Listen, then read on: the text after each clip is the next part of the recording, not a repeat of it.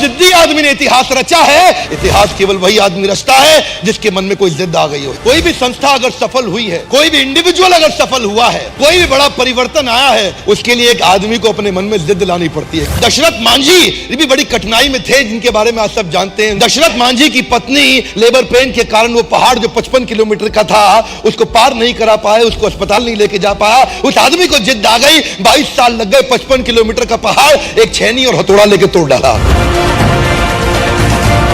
एक source motivation का होता है बिलीफ सिस्टम। बिलीफ सिस्टम ये वो ताकत है आदमी को कुछ भी करने को तैयार कर देती है। आप जानते हैं मंडेला 27 साल जेल में पड़े रहे, कोई प्रॉफिट नहीं, इंसेंटिव नहीं, बिलीफ सिस्टम बड़ा पावरफुल था। गांधी एक बड़ा परिवर्तन क्यों लेके आए? उनको ट्रेन से पहले दर्जे की टिकट साउथ अफ्रीका से धक्का देके बाहर निकाल दिया। अंग्रेजों ने क्या बोला? तेरे को हक नहीं है पहली टिकट लेकर के पहले डब्बे में सफर करने का।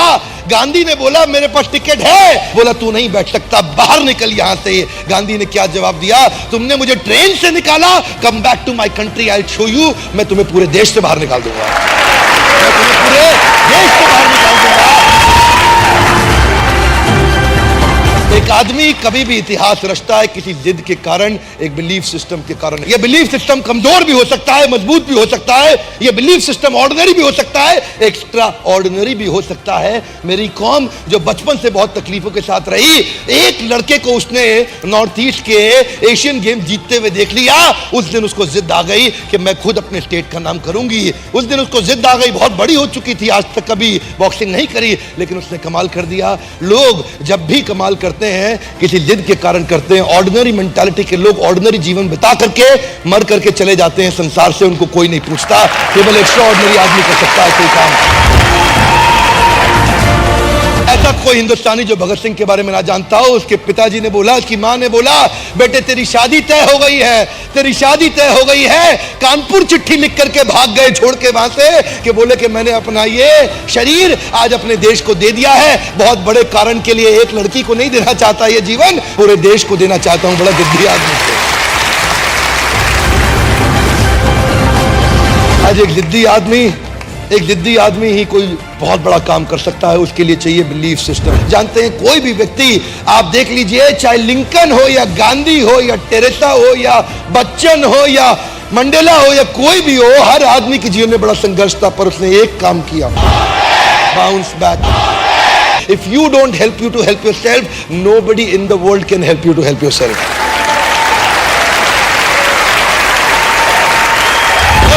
बारे में सोच रहा था मलाला यूसुफजई, जो 12 साल की उम्र में वो लड़की को उसने क्या बोला, टीवी पे एक इंटरव्यू में बोल दिया, तालिबान की क्या औकात, हमारी लड़कियों की पढ़ाई को रुकवा दे, उनके पास अधिकार नहीं है, मैं पढ़ना चाहती हूं, मैं पढ़ूंगी। और कुछ ही दिनों के बाद 2013 में क्या हुआ, एक आदमी बंदूक लेकर के तालिबानी उठा, बस को खोला, बस के अंदर घुस गया उसकी स्कूल की बस में और पूछा कौन है मलाला? वो बोली मैं हूं मलाला, और 3 गोलियां मारी, उसके सर से निकल के फट के कंधे में आ गई। और छोड़, जानते हैं आप में से कई लोग होंगे जिनका 12 साल का बच्चा होगा, 12 साल के बच्चों को 3 गोलियों से मार दो, और उसने अपने आंदोलन को और तेज कर दिया।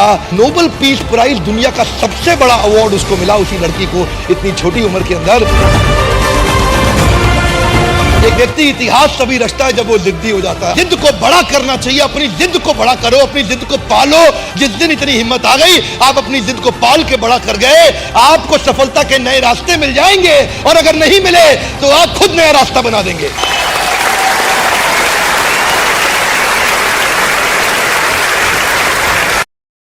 करो ना लाइफ में, ऐसा करो कि तुम जैसा कोई ना हो। भैया पहली बार चाय का ठेला जब 2 साल का खत्म किया ना, तो मैंने कहा अब थोड़ा अपग्रेड होते, कैफे ले लेते हैं। तो जहाँ मेरा चाय का ठेला था, कुणाल भाई, जय भाई, उसी के पीछे एक दुकान ले ली मैंने।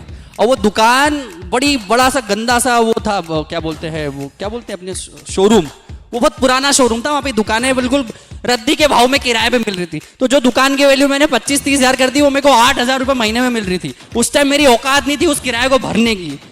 वो क्या हुआ, एक बंदा आया, मेरी जो शटर थी ना मेरी दुकान की, वो बिल्कुल कड़क सी चल रही थी, जो ऊपर नीचे नहीं हो रही थी। एक बंदा आया ऑयल लेके पैशन प्लस गाड़ी पे, वो मेरे पास आया, मैं दुकान खोल रहा हूँ, बोले भैया देखना हो मैं शटर को ढीला कर देता हूँ। उसने ऐसा किया, शटर नहीं खुल रही है, ठीक है। फिर उसने ग्रीस लगा दिया, ऑयल लगा दिया, ठोका, इधर 4 हथौड़ी मारी। अब देखो भैया एक हाथ से नीचे जा रही है शटर, जो मेरी दुकान की शटर नहीं खुल रही थी, शटर ऐसे शटर वैसे। अब बोले भैया एक उंगली से इसको ऊपर ले जाऊंगा, एक उंगली से मैं इसको नीचे लाऊंगा, फिर ग्रीस लगाया, इधर ऑयल लगाया।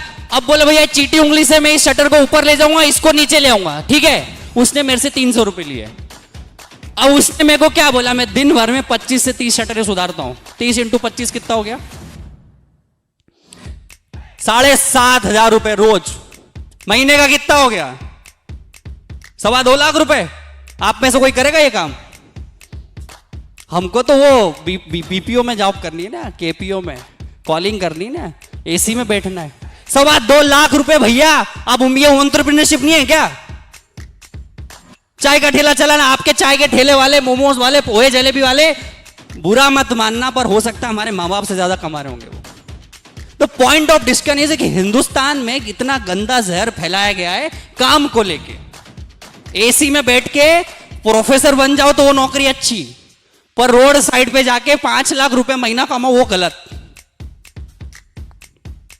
तो पॉइंट हियर इज कि हमें हिंदुस्तानी लोगों को एक नया जीव और क्या बोले एक बीज डालना पड़ेगा कर्म का, जो कृष्ण कह के गए हैं कि कोई भी काम छोटा नहीं होता है, काम होता है।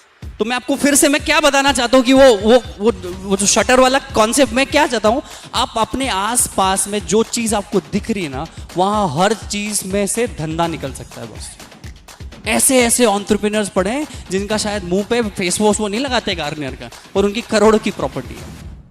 आप लोगों को अगर समझ आ रही है, देखो एक मैं बहुत अच्छी चीज बताता हूं, when you know, you don't know, you have better chances of learning.